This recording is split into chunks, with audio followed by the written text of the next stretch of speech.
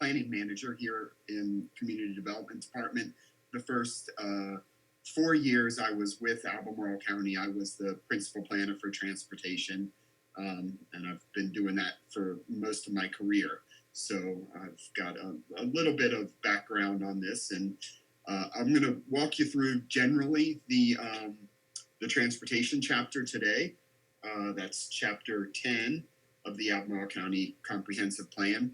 And as I was saying earlier, I think I'm going to try and take more of a high-level view and give you an idea as to how those strategies and objectives that you read through in here are really enacted in practice. So go ahead and start. As you all noticed, the goal of transportation in Albemarle County is that our transportation network will be increasingly multimodal, environmentally sound, well-maintained, safe, and reliable.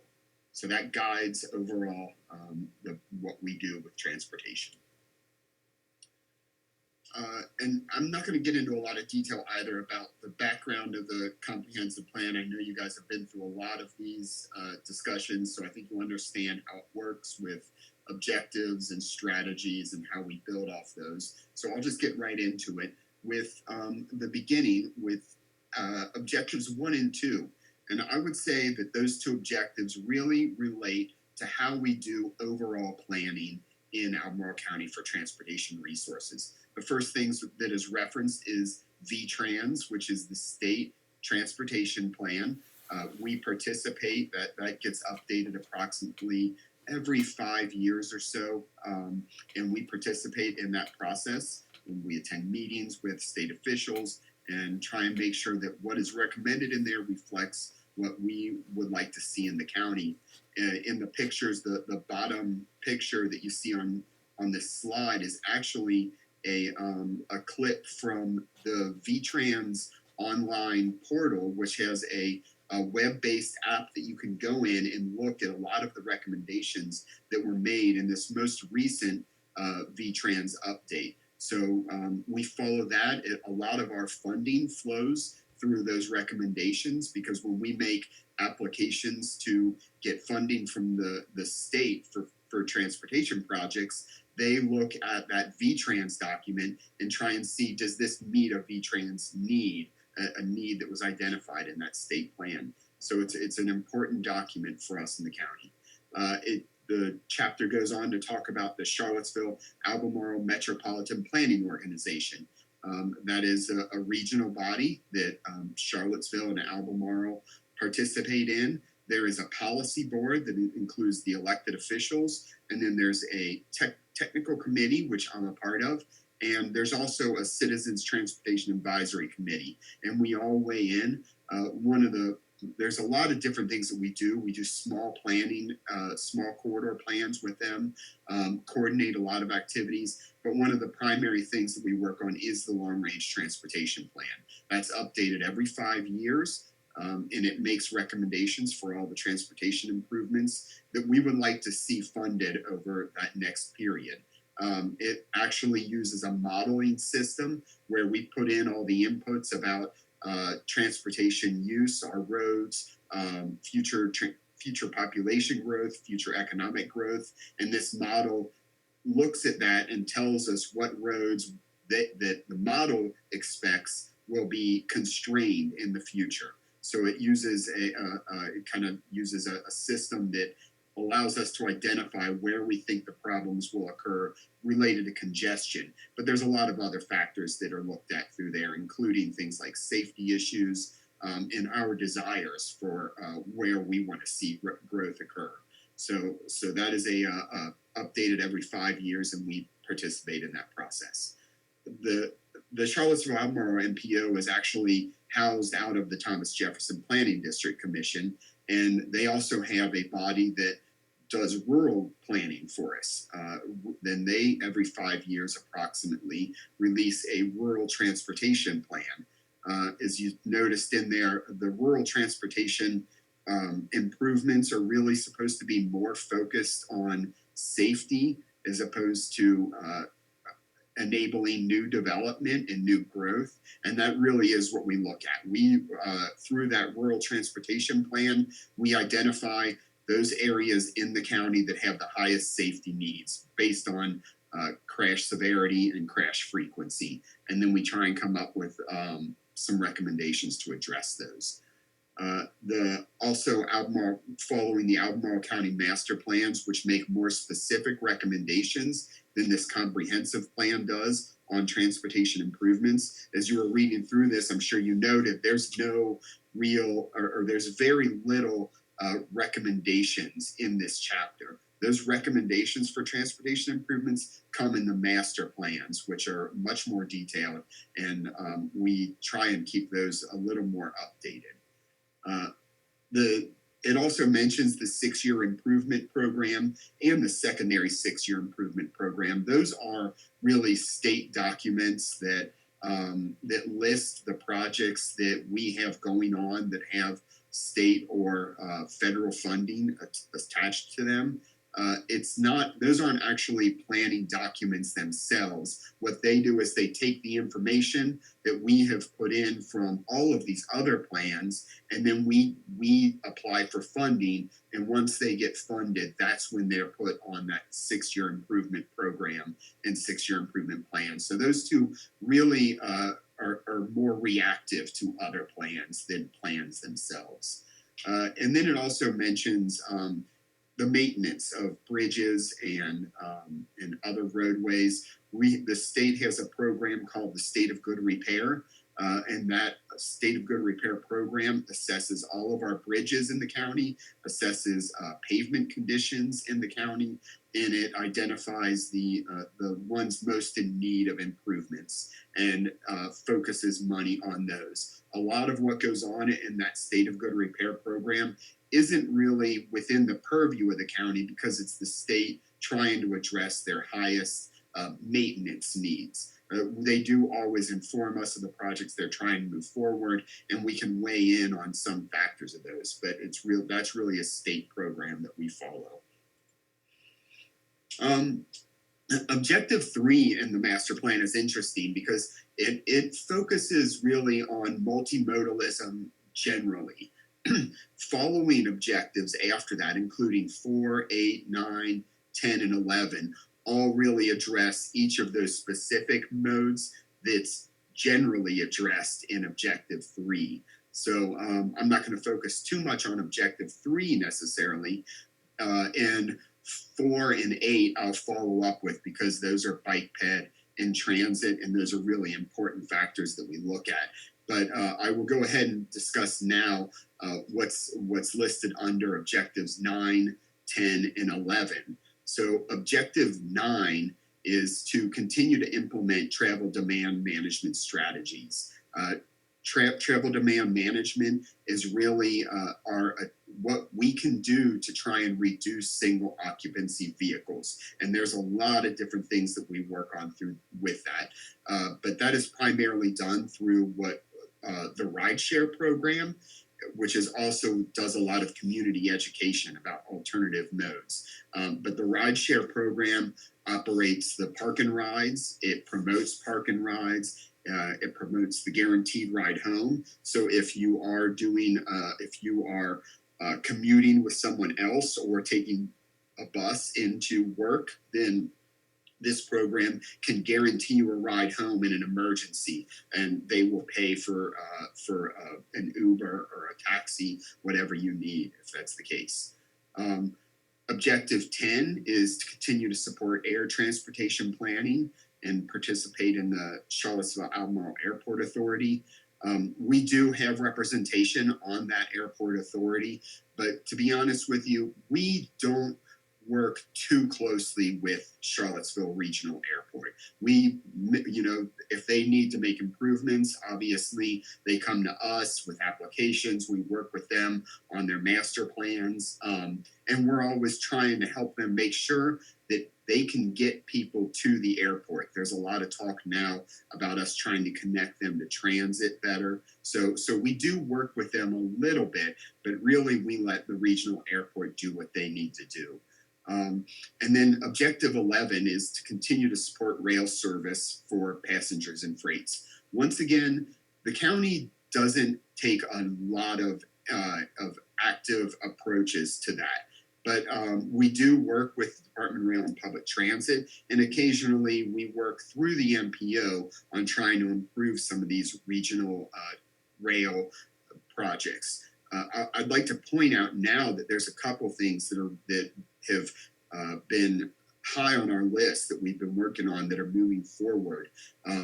There was recently about $50 million put into passenger rail improvements, and this is along the Amtrak line from down in Lynchburg, or even further than that. It goes all the way down into the southern parts of the states, up to DC, passing through Charlottesville and stopping at the train station in Charlottesville. They are going to be increasing the number of Amtrak trains that come through there on a daily basis, and they're improving all the track to make sure that those trains can move up to DC efficiently.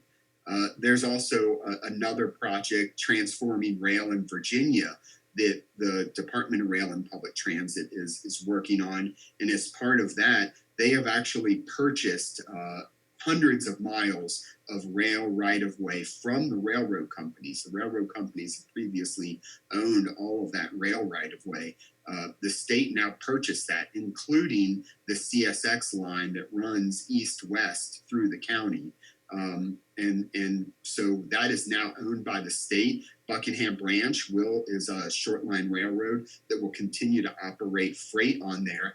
But the state is really looking to increase passenger rail on those lines. So that's why they are moving forward with that.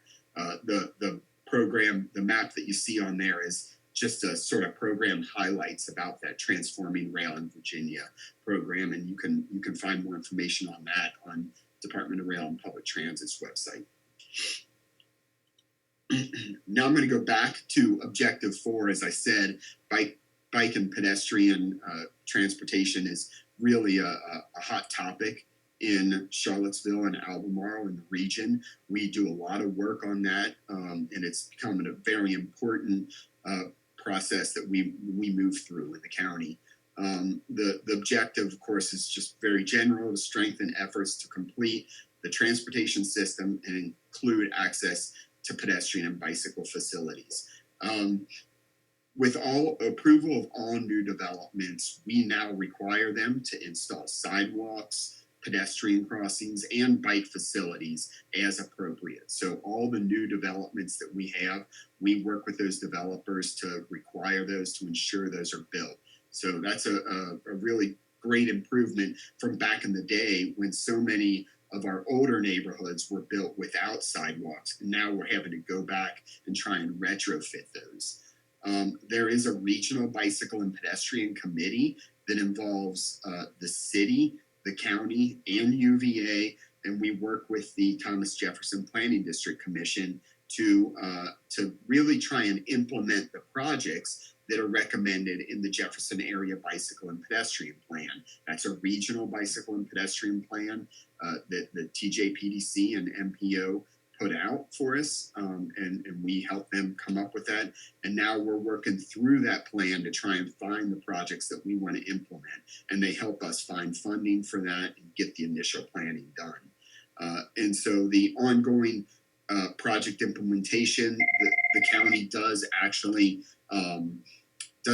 put funding every year into a lot of different sidewalk and bicycle improvements. We make applications to the state through their Transportation Alternatives Program, which funds bike ped projects. And so we've got lots of new sidewalk projects going on throughout the county, and I'd be happy to answer questions about areas or projects that you might have heard about. And then we have a maintenance program. We put some funding aside in our CIP to allow us to make maintenance repairs on sidewalks. There was a mention of street trees in the comprehensive plan. I found it interesting that they really called that out. But that has become a little bit of an issue with us because we have some of these older neighborhoods that put in their sidewalks. Those trees have grown up now, and they're kind of wrecking the sidewalks that they were built adjacent to. So we're going back and having to fix those sidewalks, occasionally take out a tree and replant a new one. But I found it interesting that they did specifically mention street trees in this section. Objective 5 is really a general objective to preserve the functionality of roadway systems and plan for and implement access management strategies. The map you see there shows what's called the functional classification of our roadways. The federal government, Federal Highways Administration, really defines the functional classification for all roads around the country. The highest being interstates, and then arterials, collectors, and local roads are the lowest level. So you can see, of course, 64 is the only interstate, but 20 and 250 through the city are considered principal arterials, and then we have a whole host of minor arterials, and then it goes down to the collectors. Everything that's not shown on this map is a local road. And so when it talks about access management, we have requirements for each one of those roads that we have to follow when we're putting in new access points. So on a principal arterial, if, say, a business wanted to locate on Route 29 and they wanted access to Route 29, they wanted people to be able to turn right into there, they're going to have a lot of trouble getting that access. As you know, we have a median through most of 29, so we don't want people to be able to make left turns onto or off of Route 29. We also don't want a high frequency of access points, so we can require new developments to connect to existing access points or try and merge those access points on those major roads. And as you go down in level, those requirements for access go down. So on a local street, obviously, people put all their driveways out there, and that's allowed. Whereas if you get to a arterial, it's difficult to get a private driveway put on there. So that's how access management works. Objectives 6 and 7 really are reflected in the county's prioritization of transportation projects. Objective 6 talks about how we want to focus on the development areas and make the appropriate transportation improvements in the development areas. And Objective 7 focuses on the rural areas. We, as staff, every couple years, update a Albemarle County Transportation Priorities list.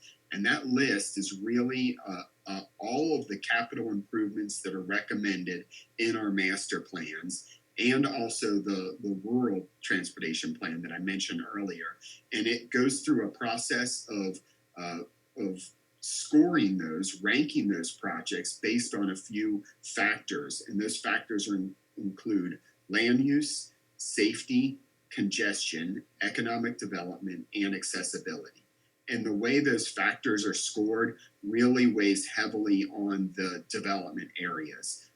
If a project can get a high land use score if it's in the development area, if there's lots of other new developments going in around it, if there's specific plans that make recommendations for it. Same for economic development. These are things that you see in the development area, not in the rural area. And so it ends up being that those projects in the development area really score much higher in our prioritization.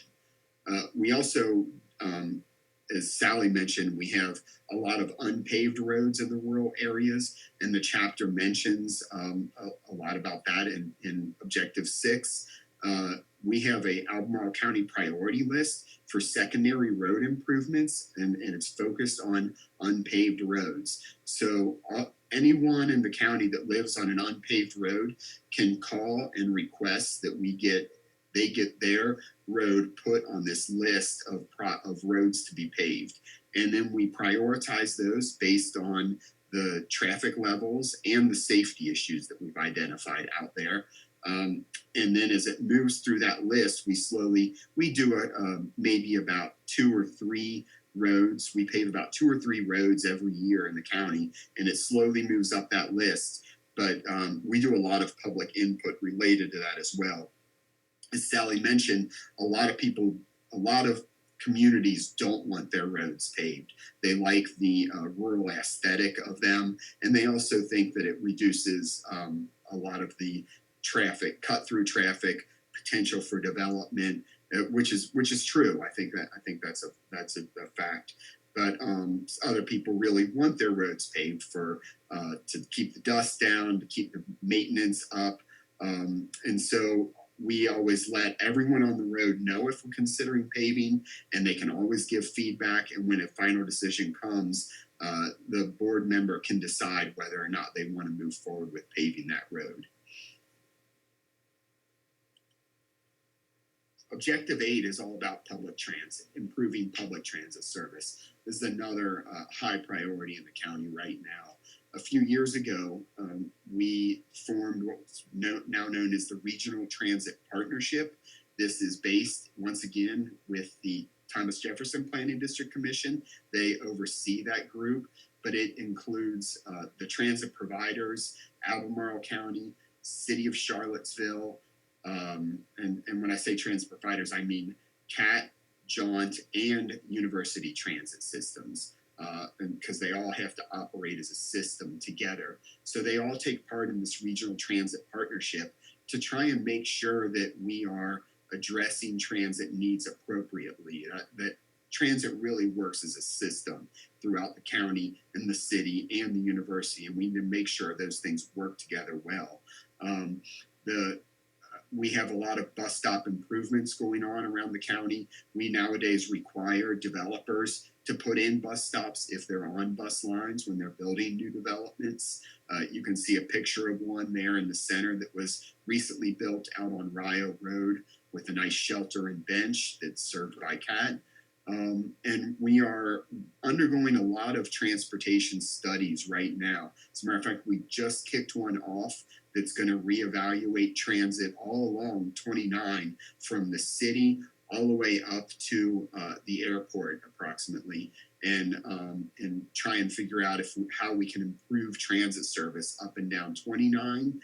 It's also looking at the Pantops area, one of our high development areas, high employment areas, where we think we could get better transit usage if we served them better. So we've got a study going on right now that's looking at those two areas, as well as really the Regional Transit Partnership is looking more at philosophically about how we want to provide transit throughout the whole region.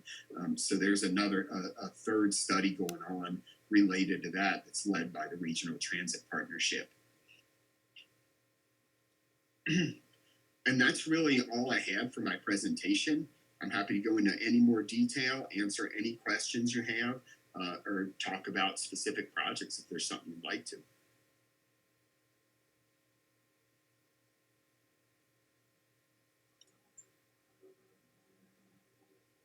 Would you like me to unshare my screen, or it's up to you all?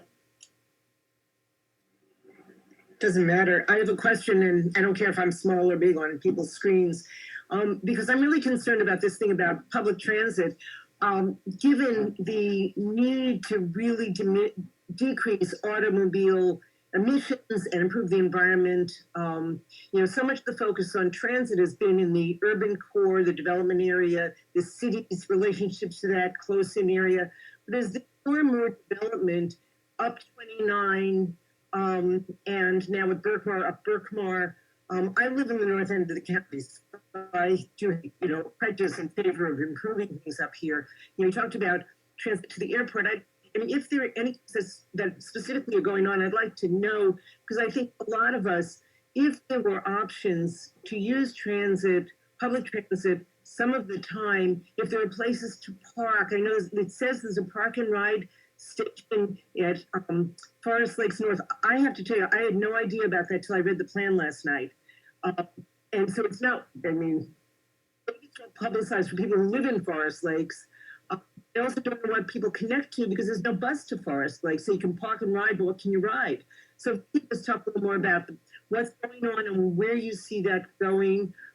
You said there's a study, but if you could talk about what steps are already being taken or what the study is going to evaluate, appreciate it. Yeah, sure. That's a great question. I'll point out that with park and rides, like I said, that is managed by our rideshare program. And if you look at the rideshare program or at the rideshare website, they have specific locations for all of those park and rides. Park and rides can serve more than one purpose. It can either be for people that want to ride share, so that say two people show up at the park and ride lot, one person leaves their car and then they commute together into work, or which is a lot more effective, is to have those park and rides served by a transit stop.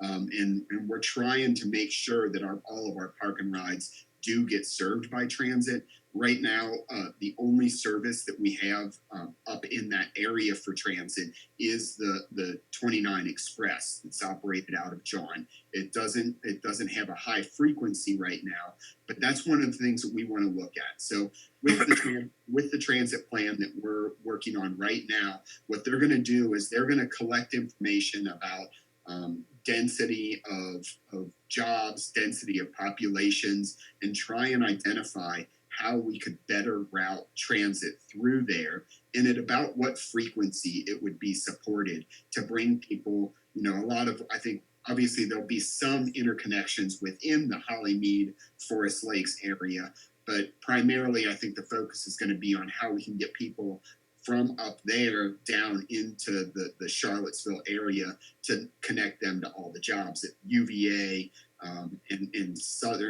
in 29 in the southern part of the county there, or southern part of the county, or southern part of 29, but still north of the city, and also the downtown area.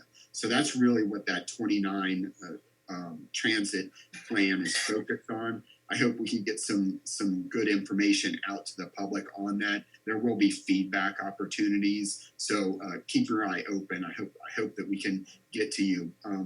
And some of what you talked about was a lot of the education too, that we need to probably work more with rideshare to make sure the information is out there about where they can park and ride, what options they have.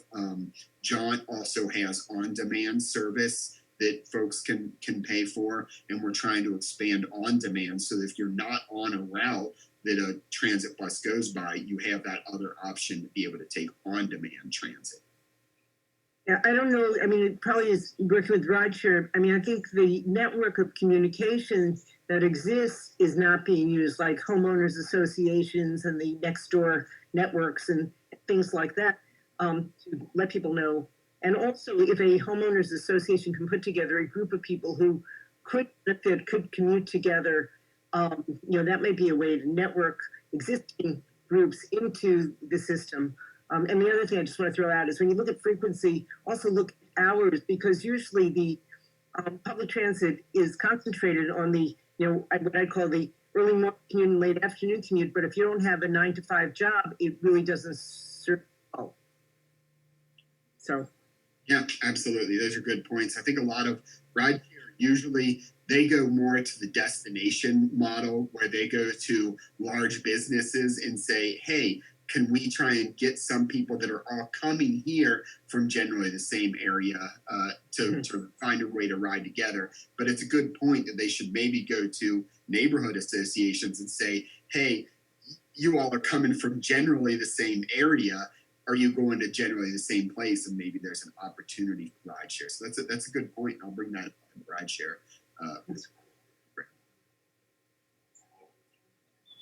I was going to ask Kevin about, or kind of tune you in to the fact that the League has been talking about affordable housing, as is the city and the county.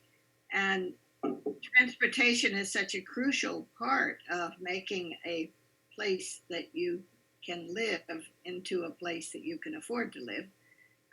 And it's something that I'm afraid sometimes gets overlooked. People talk about the price of land and the price of the building and what subsidies can be given for the house, how much is transportation well integrated into the conversation that the county is having about housing?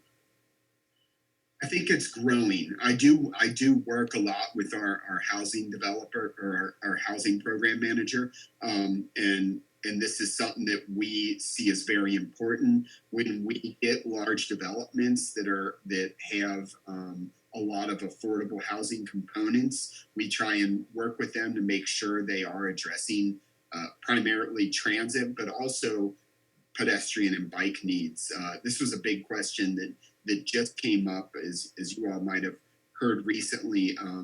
There's a big affordable housing and transitional housing development going into the red carpet in there on 29, and the idea of how we can make sure that those people that would have access to good transit and be able to walk to places was a big part of us working with those developers to make sure that was an appropriate place to do it, and to figure out the best way to make it happen. So we obviously we identified the nearby transit lines, and we're having them actually put in a stop.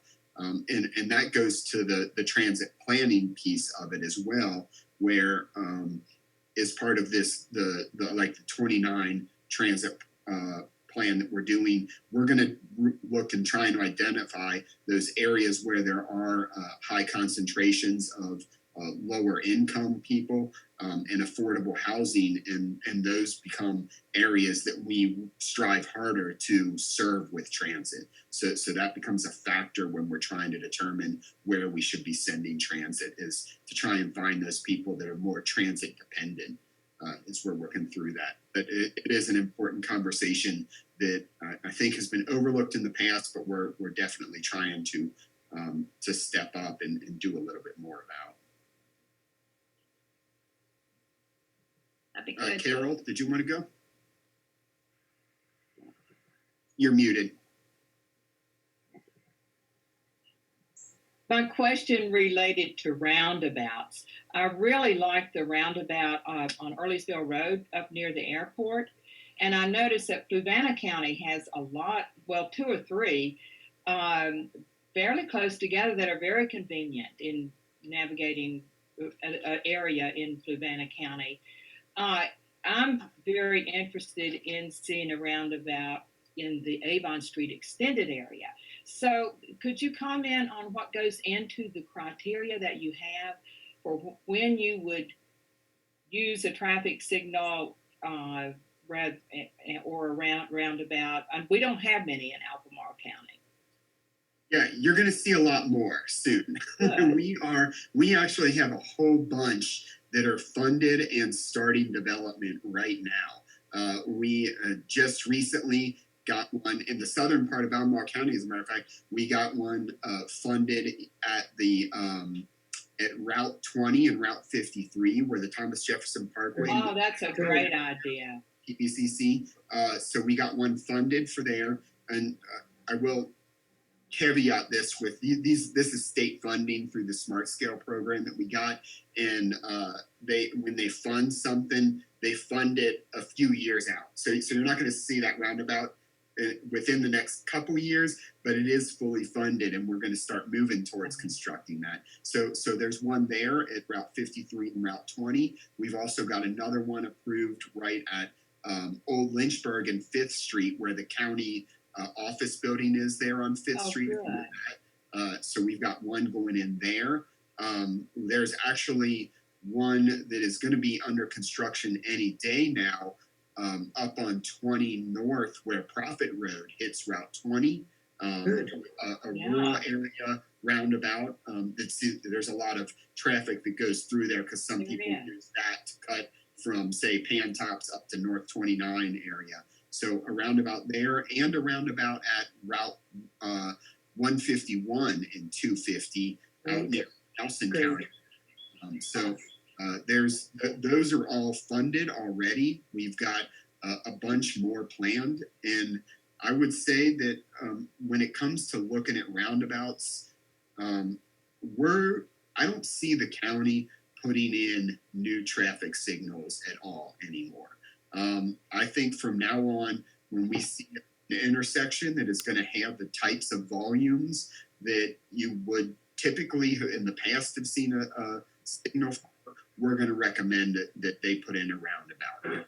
There's a lot of reasons for that, but primarily it's because of safety and operations. So people tend to move vehicles through roundabouts faster than you can get a lot of vehicles through a signal, and also safety. There's a lot fewer potential points of conflict in a roundabout versus a four-way signal.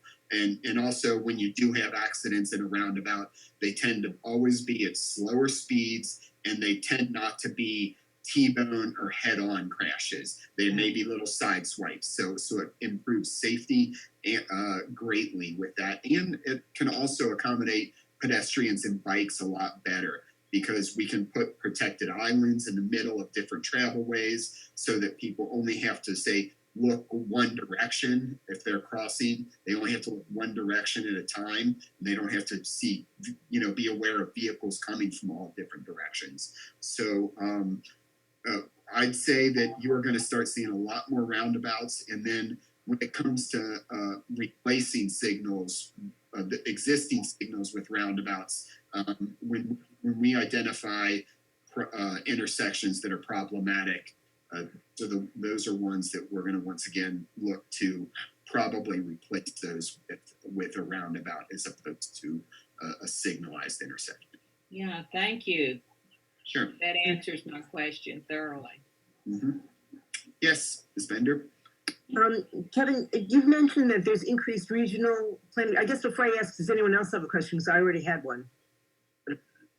Okay, you mentioned there's increased regional planning, and that one aspect of it may be to deal with the city to county, improving that. How wide is that regional? I mean, is it coextensive with the TJPDC, or is it just really city county? If you could just talk about what's going on and where you see the regional planning going. Well, the city really is our most important neighbor because so much of our activity is centered around the city. So we work with them a whole lot more than we work with other localities. But we are doing work with other regions, as you mentioned. The TJPDC district actually does go into Greene, Louisa, Fluvanna, Nelson County. So through the TJPDC and our rural planning functions, we work with them. They all sit on that rural transportation technical committee that I mentioned. So we have monthly meetings with the planners for those groups. And I'll also point out that the MPO, the boundaries of the Charlottesville-Albemarle area MPO, they're based on transit they're based on the census data and where they see the actual urbanized area growing. And as of the 2020 census, we are expecting them to look at Greene County, especially, and say that they are now part of the Charlottesville-Albemarle urban area. And then that would allow them to actually become a part of the MPO. We do have some discussions with them.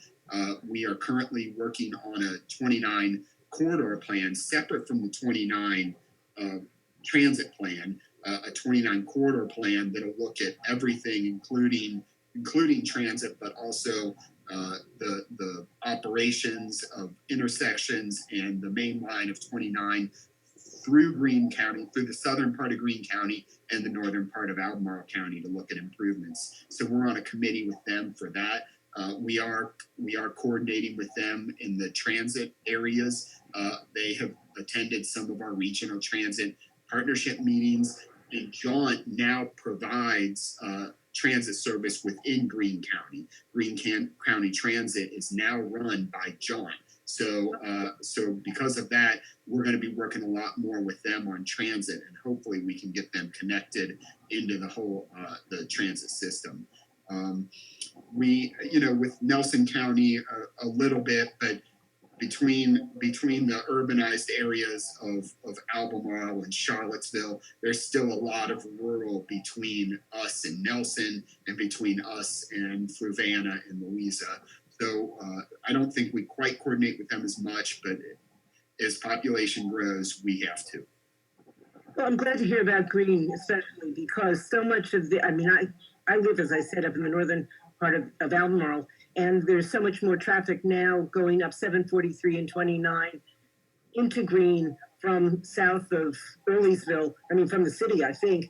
And it seems to me that that's a great improvement if we can have more going on. The other question I had, though, is we expand, or as the system expands to the further out places, I know Greene County Transit had smaller buses, but CAT and the city system seem to only be standard, 45 passenger, whatever the number is, the large buses. And it seems to me if you're going to be effective and efficient and cost effective in running now to further out areas where you might not have the ridership, to have a mix of vehicles and not just megabuses that probably consume a lot more gas to get where they're going and take up much more space on the road, to the, I hate to say hindrance, but the displeasure of other drivers.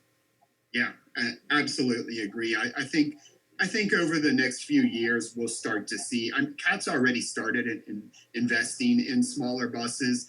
John obviously has lots of smaller buses. I have a feeling we're going to see a lot more of that model in the future. In the past, everybody thought every bus just had to be that huge 45-foot long tank, and that's just that's appropriate on some corridors, especially right in the city. But as we are getting out there, I think I agree with you entirely, and I think we're probably moving in that way. Thanks. I'll also add, transportation relates to a lot of other aspects of the comprehensive plan and what we do. And when you mention Greene County, that's an issue that we really have to work through with our housing policy as well. You cross that Greene County line and suddenly you see so much new residential development. And that's a problem for transportation, but really that's the problem is caused by our lack of affordable housing and housing options throughout Albemarle County. So that's really one of the more important ways that we need to deal with that issue, is to be able to get more people living in Albemarle County that work in Albemarle County and Charlottesville. Uriel? I've ended up with the questions, more and more questions are popping into my mind. And I'll start with one regarding the roundabouts. Personally, I love roundabouts, but I have a question. In fact, I don't know how Pat lives down near there, about the roundabout that's coming on Avon Extended at Mill Creek Road, as to how much determination there is for the ability of the cars living in that area to actually get the people living in that area to get access to the road at that roundabout during rush hour times. It appears to me that there would be enough traffic coming out of Mill Creek that those people would start backing up tremendously, waiting to get out onto the road. Yeah, so that intersection, you're referring to Mill Creek and Avon Extended, and we do have, I didn't cover that when I was talking about roundabouts before, but we do have that Avon corridor study that made a variety of recommendations for the Avon corridor. One of them was a roundabout at that location at Mill Creek and Avon. But I will point out that we don't think that that's not something that's really at the top of our list right now, because that intersection as a signal is still operating okay. We don't have major safety issues, and it's not one of our significant congestion places. So we're not moving forward with that now. But I think what you're asking really is about how if you have a lot of vehicles from different approaches coming into that roundabout, does that cause more backups? And it can, but there are ways that we can address that. There's, what we see around here right now are primarily just single lane roundabouts, but you can have multiple lane roundabouts where, one if you have one approach, it could get into a center lane and then allow another lane coming in from the next approach over, so that both cars can enter at once. But either way, when you start to get traffic at those at roundabouts, vehicles tend to slow up, and that just opens up more opportunities for vehicles to get in. So as they slow up, you start to see spaces occur between the vehicles, and they can move through it. They may move through it a little bit more slowly, but they can. And we have seen that even at high levels of traffic, a roundabout can process vehicles a lot faster than a signal can. And signals tend to have, because everybody has to come to a full stop and then move again, that takes extra time. And so it ends up that you get longer queues from signals than a roundabout, when you never have to, or you often don't have to come to a complete stop. You can just slow down and yield and let vehicles enter. But a lot of that has to do with the design of the roundabout, the size of it, and the additional lanes. Okay, I think Pat may have had a comment on that. I still have a couple of other questions. So, did he answer your comments, Pat? I'm sorry, Yeah. Sally. I do live very near I live in Redfield, so the old Lynchburg and Fifth Street extended roundabout is making my heart go pitter patter because the amount of development here is shocking, and it's very dense. It's not. It's very dense developing, so the numbers of cars has increased exponentially, and so I'm very happy to hear about this. Yeah, and that's probably going to be a location where we have to have a 2-lane roundabout because of the volume of traffic coming in from different approaches. But I know that is it's a major problem for folks that are coming from like the Redfields neighborhood towards Old Lynchburg, or up to Lynchburg, Old Lynchburg, and trying to make that left to head south into this or north into the city. That backs up significantly during Exactly. rush. Yeah.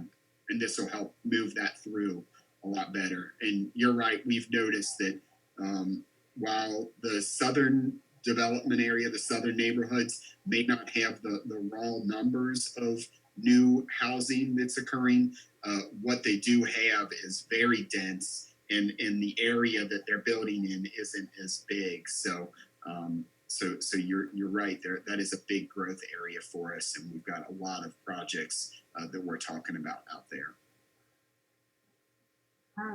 My second question just kind of popped into my head. You hadn't any thought of this before, but when you were talking about routes out moving north on 29 and out near the airport, it reminded me that many years ago, 40 years ago, when I lived in Boulder, Colorado, our local city bus ran to the Denver airport.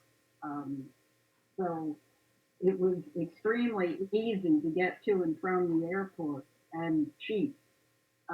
Is there any way that something like that could be done around here, or is the whole concept just too expensive for local? No, not at all. Especially now that we see a lot of other development occurring in that in that Hollymead Town Center area. There's so much residential development and commercial development directly adjacent to the airport that it makes a lot of sense to have a bus go into that area anyway, and to move into the airport really wouldn't be that much more difficult.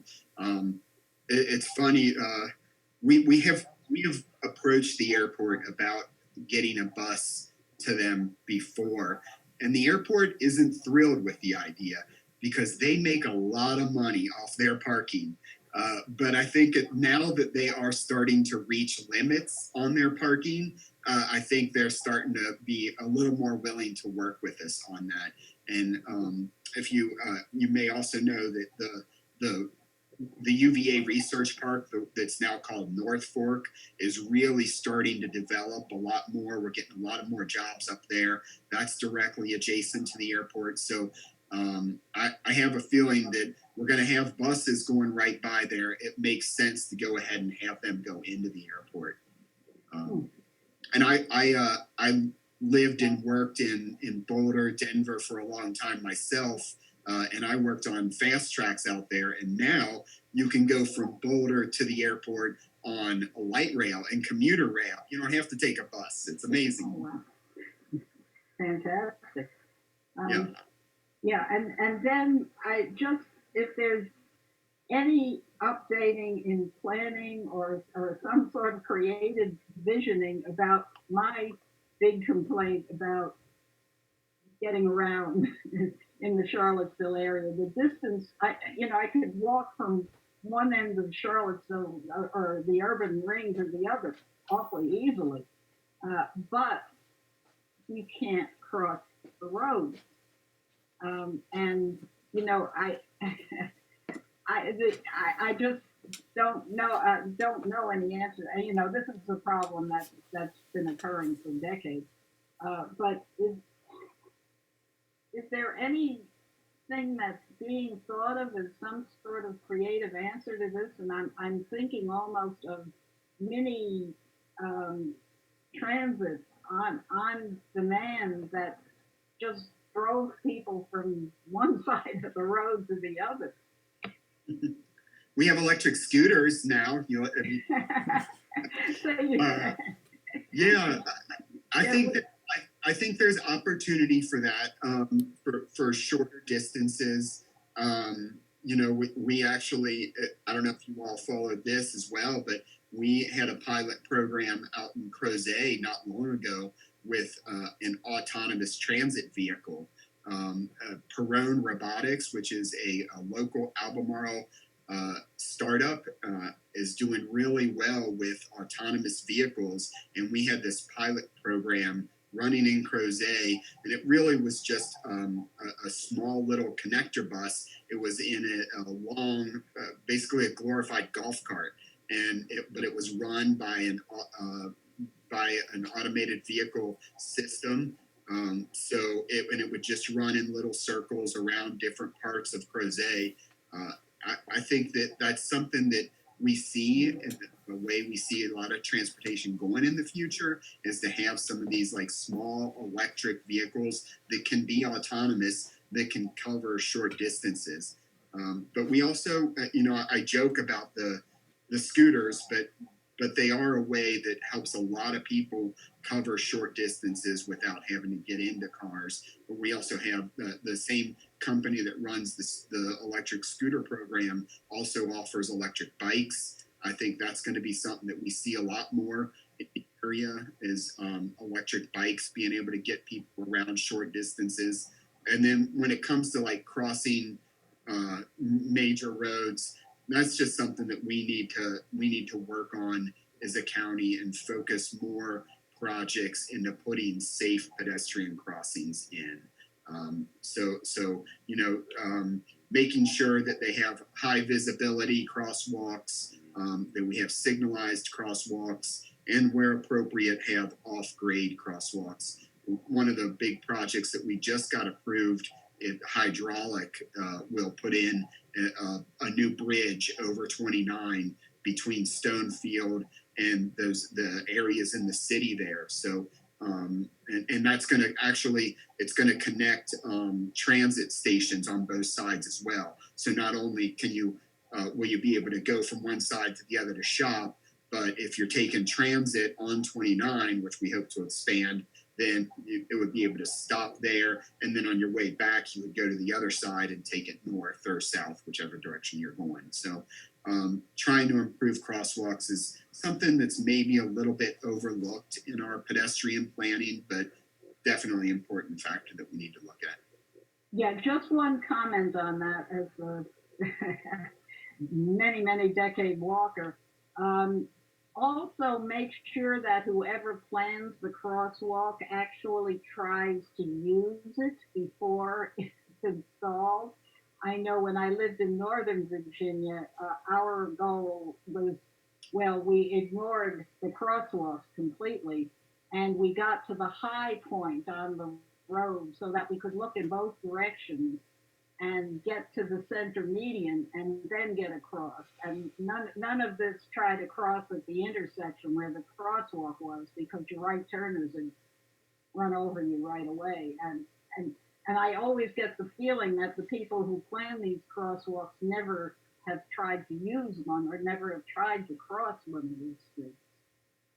So, yeah, agree. I think that mid-block crossings, we're seeing that those are a lot more safe than intersection crossings, and we're putting a lot of those in. And as you mentioned, the protected median is another thing that we do a lot. We're putting a new out there off Avon. We're putting a new crosswalk in to give access to Mountain View School, and as part of that, we're building a center median so that kids can cross half of the street and then have a little protected place to stop, and then move to the other and move the rest of the way after that. And we're doing that actually out in the Crozet area on 250 at the Harris Teeter, if you know where that is, on 250 in Crozet. They're putting a pedestrian crosswalk in there, and they're doing the exact same thing where it's going to have a center median, and then you'll be able to stop there and cross the rest of the way. So. Okay, great. Thank you very much. Sure. Patricia? You're muted. What happened to the planned elevated crosswalk up at the top of Pantops that had been talked about for years? What happened to that?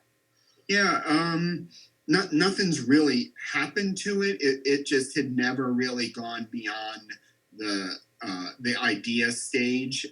We had never really evaluated the true potential of it. The issue with elevated crosswalks is that they are super expensive, especially because if you want to build one, you want to make it ADA accessible, which either requires that you put really long ramps in, or you have an elevator. So the elevated crosswalks are really expensive, and we put those in. We're going to put those in places where we see a really high demand of pedestrian crossing. There was in the Pantops master plan that was completed maybe 2 years ago or so, there was a recommendation in there to evaluate potential locations for elevated crosswalks. We're not ruling that out. We are, there's a lot of projects going on in the Pantops 250 corridor right now. We not long ago put an at-grade crossing at State Farm Boulevard across 250, and we've got a funded project at Route 20 in 250 that'll add a pedestrian crosswalk, at-grade pedestrian crosswalk there as well. That one's going to have one of those protected medians so that people can cross in 2 stages because it's such a wide road. So we've got two fairly new pedestrian crosswalks. We are looking right now to start another planning process, working with VDOT to evaluate that area at the top of the hill, really from Hanson Mountain, essentially all the way to Peter Jefferson Parkway. And one of the things we'll be looking at is pedestrian crossing areas of 250, as well as looking at a park and ride, see if we can find a location for a park and ride lot out there, and other vehicle operation improvements. But I think as we look at that pedestrian crossing through that study, we'll be considering whether a at grade crossing or a bridge are appropriate. I think one of the things we kind of wait for with that with a new like above grade crossing would be to see if any new major developments are coming in right now. The current like giant shopping center there just doesn't attract a lot of pedestrian traffic because it's not built for pedestrians. So I think one of the things we consider is maybe that there'll be some new development occurring at that giant center that will make it a little bit more conducive to pedestrian environments, and that would be something that might instigate us to put an above grade crossing. Yes. Whoever. Sally, you want to go ahead? I was going to make a cynical comment and then ask a question, but the cynical comment is that as long as the community thinks that only poor people walk, you're unlikely to get these kind of pedestrian improvements. It's when you have a more middle class or mixed use development and suddenly people are coming to the meetings and demanding better access that anyway, just a cynical comment. My question has to do with proffers. How much, when I was on the board, the community often thought, well, you know, if a new giant's going in and that's going to bring about certain needs, we ought to be able to get the giant to pay for it. Are you limited, or how much can you demand of a new development in terms of transportation improvements? Well, we can't demand proffers anymore. The state laws have changed a couple times over the past few years, and so proffers can only be offered by a developer, and they have to be shown to address an impact that they are causing. So, so we can't ask for them to pay, you know, a small development to pay the full cost of, you know, a multi-million-dollar improvement. But we can ask them to contribute some money that we think is equitable to what their impact would be. And typically, we ask for transportation impact analyses on any large development that tells us how much traffic they're adding to an intersection or a corridor, and we can kind of figure out, well, what would improvement cost? So what would your percentage be? That roundabout that I mentioned on 5th Street in Old Lynchburg, that about $500,000 of that is going to be paid for by the Albemarle Business Campus, which is going in, which is the new development right there on that intersection. I guess that would be the northwest corner of the Old Lynchburg 5th Street intersection. It's a large development going in there, and they offered to pay $500,000 to improve that intersection that we'll put towards the roundabout. So, you know, with those really big developments, I think we can expect to get anywhere from $500,000 to up to $1 million in transportation improvements, if that's what we think will address their impacts. And we still see that pretty often on most of our large developments. They're offering some sort of funding to offset that and to help the board make a more positive decision on their projects.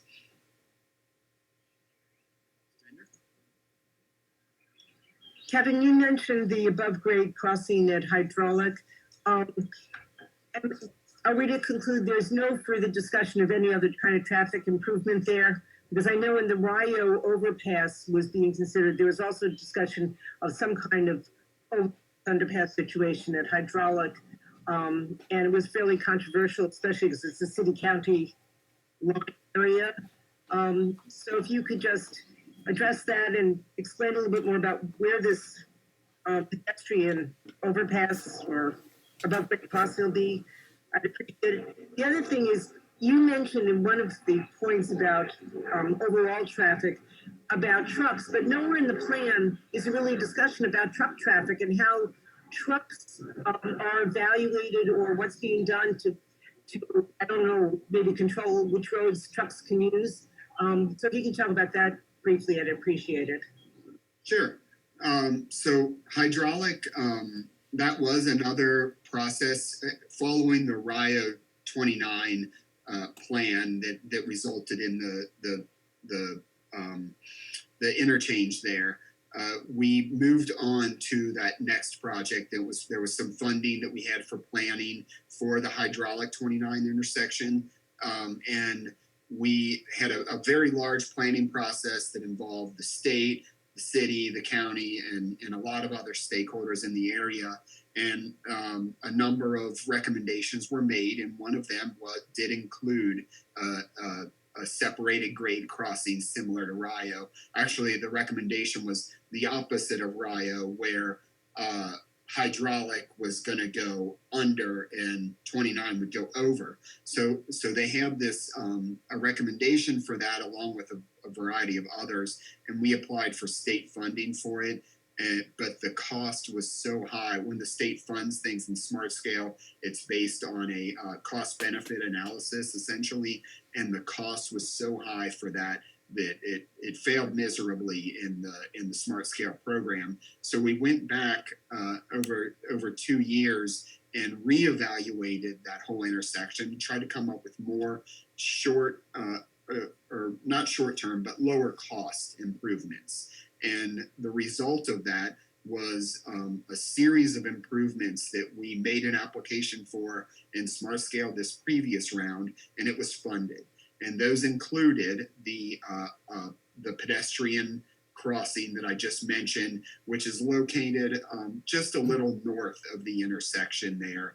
I forget the name of it, where the Zan Road. We're close to where Zan Road from the city hits 29. So it's approximately right there that bridge is going to be crossed. And then it's got a series of other improvements.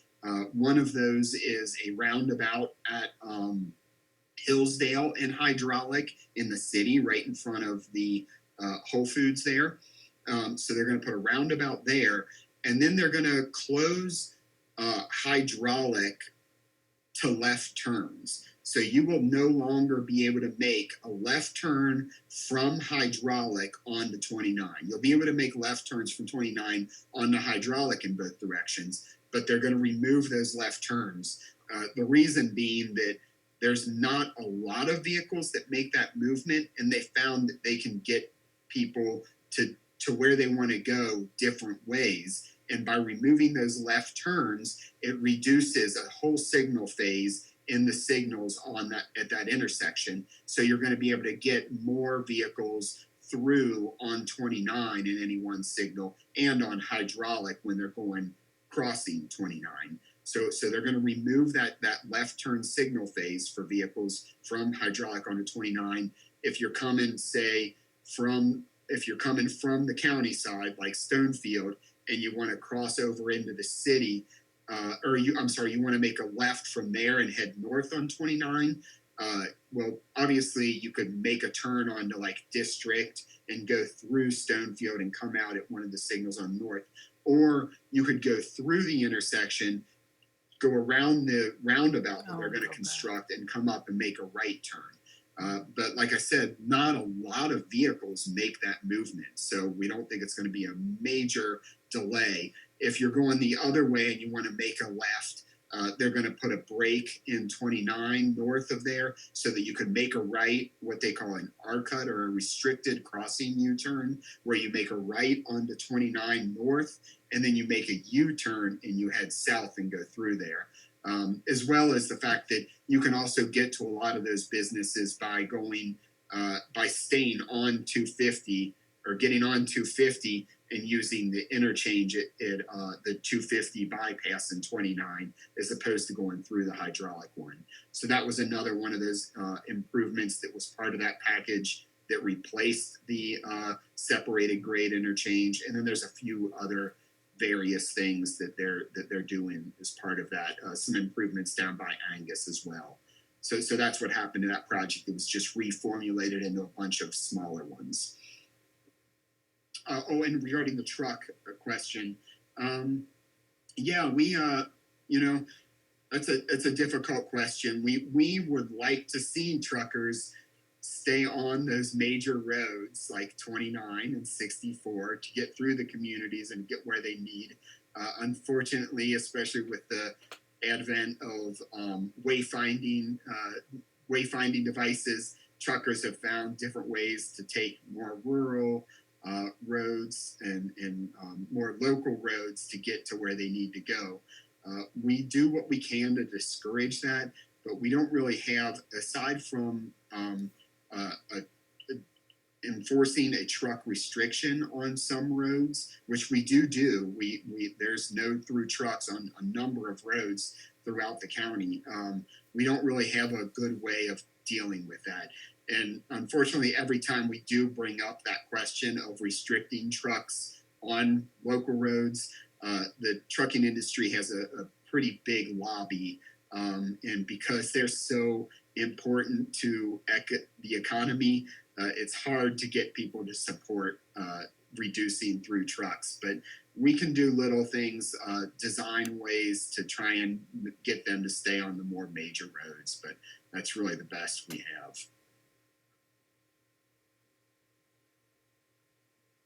Anything else? Yeah, go ahead. As you were saying that, I thought of something else about rural roads because I use them all the time. There are a lot of rural roads that are 2-lane with no passing for miles and miles and miles and miles. Has any consideration been given to creating a 3rd lane where it's feasible because of and easements and so on, but to creating third lane so as a passing lane as opposed to a turning lane, but a passing lane so that if you get stuck behind a farm vehicle or a very slow vehicle, or even a school bus that's not stopping to deliver but is just very slowly. Is there any thought to those kinds of added lanes in the county? Not really on our rural roads, and I say that because it's not a problem that comes up a lot out there because we don't have a lot of slow-moving vehicles, but because also the expense of creating a 3rd lane is just unbelievable. The right-of-way requirements that you have to widen those roads, because most of those roads in our rural areas actually aren't even on publicly owned right-of-way; they're on easements. So if you want to add a 3rd lane, you've got to purchase a lot of land from the adjoining neighbors, and also to try and construct that in areas where it's more hilly, it's really expensive. We do look at truck passing lanes like on our highways. I'll point out that I-64 is both as you climb up towards Afton Mountain and also as you come from Ivy into the city. Those 2 areas are high priorities to create truck climbing lanes because of the safety issues related to slow trucks. But it's not something we necessarily look at for just standard rural roads in the county. Yeah, I may have misspoken calling them rural roads. I'm thinking of 20 and 743, which are significant north-south alternatives to 29 for a lot of going from the city to the rural area. I didn't quite catch the road names. Did you say 22 or 20? So 20 and Stony Point Road and Earlysville Road, 743. Yeah. Once again, it's just not something that we've really looked at. 20 is what we would consider that I think is an arterial in our road system. So that is a primary route. But 743 Earlysville isn't really a primary route. We see some truck traffic on there, especially near that manufacturing center or light industrial center there by Ray's Ford. I think we see a lot of truck traffic going to and from there. But once you outside of that area, we don't. We actually looked at trying to reduce truck traffic on Earlysville by restricting it on Owensville Road, because a lot of that Earlysville traffic cuts from Earlysville all the way over to Owensville to get on 250. But once again, the truck lobby came out hard against that. And in the end, the Board of Supervisors decided not to move forward with a restriction on that in that location. 20, you know, that's a place where it might be possible that we could look at it, but once again, that would be an expensive endeavor for us to take on, and with all of our priorities, it just falls a little bit lower on those. Did I cover everything? I think maybe so. Yeah, as I said, transportation is such an interesting topic. Usually every time I go places, I get lots of people with lots of questions, and I love trying to answer them. So I appreciate you all having me here. You can find my contact information. My name once again is Kevin McDermott, K McDermott at albemarle.org. If you have other questions, you're welcome to shoot me an email, and I'll do my best to answer them. I want to thank you so much for all the information you provided. And I was particularly impressed by the way that you broke down the contents of the chapter, because I must admit I started falling asleep on it. I'm just wondering, if this is something we could suggest for the next version of the comprehensive plan, maybe a short intro to some of the chapters, explaining what the